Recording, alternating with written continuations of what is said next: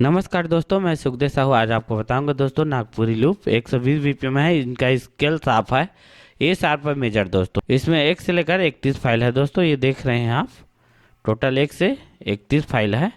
Video में बने रहिए, नया है तो हमारे चैनल को लाइक शेयर कमेंट सब्सक्राइब जरूर करें। और 1 से लेकर पूरा 31 फाइल है, इसको कंप्लीट मैं चला रहा हूँ। 120 बीपीएम है।